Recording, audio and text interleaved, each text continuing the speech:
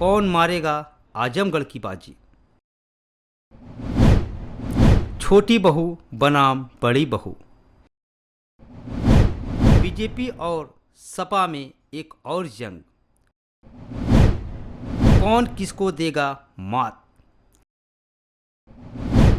BSP ने किया आगाज। कौन पहुंचाएगा अंजाम तक। जंग ए आजमगढ़। पूर्वांचल में आजमगढ़ जिला अपना एक अलग पहचान रखता है। आजमगढ़ से कभी अखिलेश यादव सांसद हुआ करते थे, क्योंकि अखिलेश यादव अब पहुंच गए हैं विधानसभा, जहां सरकार के खिलाफ मोर्चा खोले हुए हैं। अखिलेश यादव के इस्तीफे के बाद आजमगढ़ लोकसभा सीट पर उपचुनाव होने जा रहा है।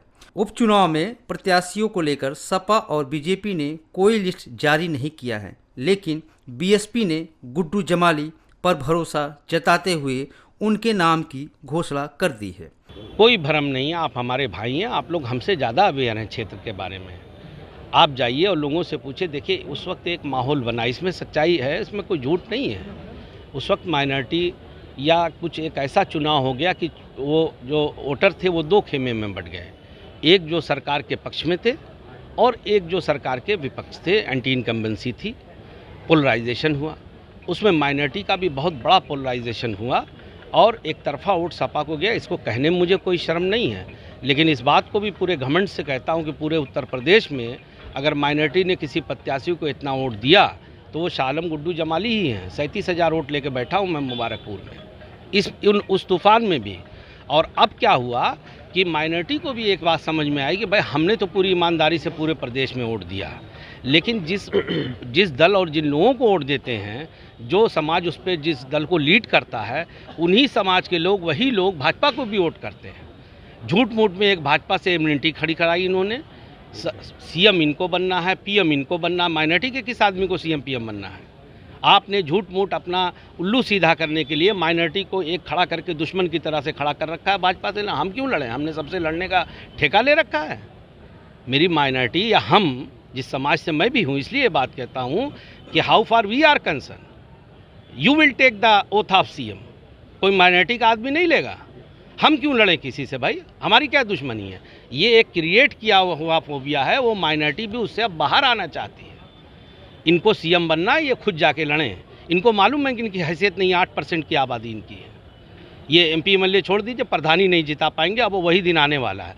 अब मैं आज आपको गारंटी से कह रहा हूँ इस बात को, you take my word, this is not a political statement, this is truth. आने वाला दिन बहुजन समाज पार्टी का है। बहुजन समाज पार्टी आने वाले अभी 27 में होगा अब चुनाव, आप देखिएगा सरकार बनाएगी। 2020 में हुए विधानसभा के चुनाव में आजमगढ़ की सभी विधानसभा सीटों पर सपा का कब्जा रहा है, लिहाजा सपा इस सीट पर अपने आप को सेफ मान रही है। इसलिए प्रत्याशी के नाम को लेकर काफी माथापच्ची नहीं कर रही है। बाहुबली रमाकांत यादव को सपा प्रत्याशी बनाने के मूड में है, लेकिन अंदर खाने से ये भी खबर आ रही है कि डिम्पल यादव को भी चुनावी मैदान में उतारा जा सकता है। हालांकि सपा ने अभी इसकी औपचारिक घोषणा नहीं की है, लेकिन अंदर खाने से ये कयास लगाया जा रहा है, क्योंकि राज्यसभा चुनाव में अचानक डिम्पल यादव का नाम हटा दिया गया था और गाहे बगाहे ये चर्चा की जा रही थी कि हो सकता है डिम्पल यादव को लोकसभा का चुनाव लड़ाया जा सके। तो ये एक कयास का हिस्सा है। कहीं हो सकता है कि डिम्पल यादव को भी आजमगढ़ से ताल ठोकने की तैयारी की जा रही हो।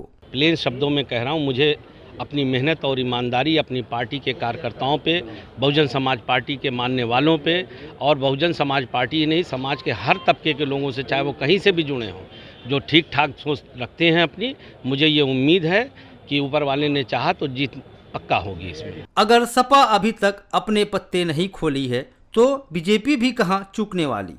वैसे तो दिनेश लाल यादव पिछली बार अखिलेश यादव के खिलाफ ताल ठोक रहे थे, लेकिन जीत दर्ज नहीं कर सके। हो सकता है इस बार बीजेपी दोबारा उनको अपना प्रत्याशी बनाए, इसलिए दिनेश लाल यादव भी चुनाव प्रचार में डटे हुए हैं, लेकिन बीजेपी अपने पत्ते नहीं खोली है।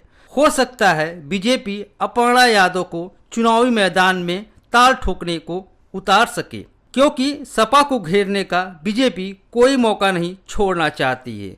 यानी कह सकते हैं आजमगढ़ में एक बार फिर जोरदार घमासान देखने को मिल सकता है।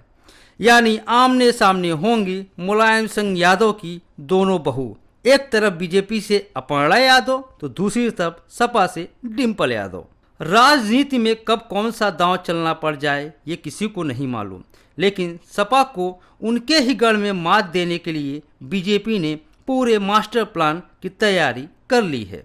अगर अखिलेश यादव जरा भी चूके तो गेंद बीजेपी के पाले में। ब्यूरो रिपोर्ट, द यूपी खबर।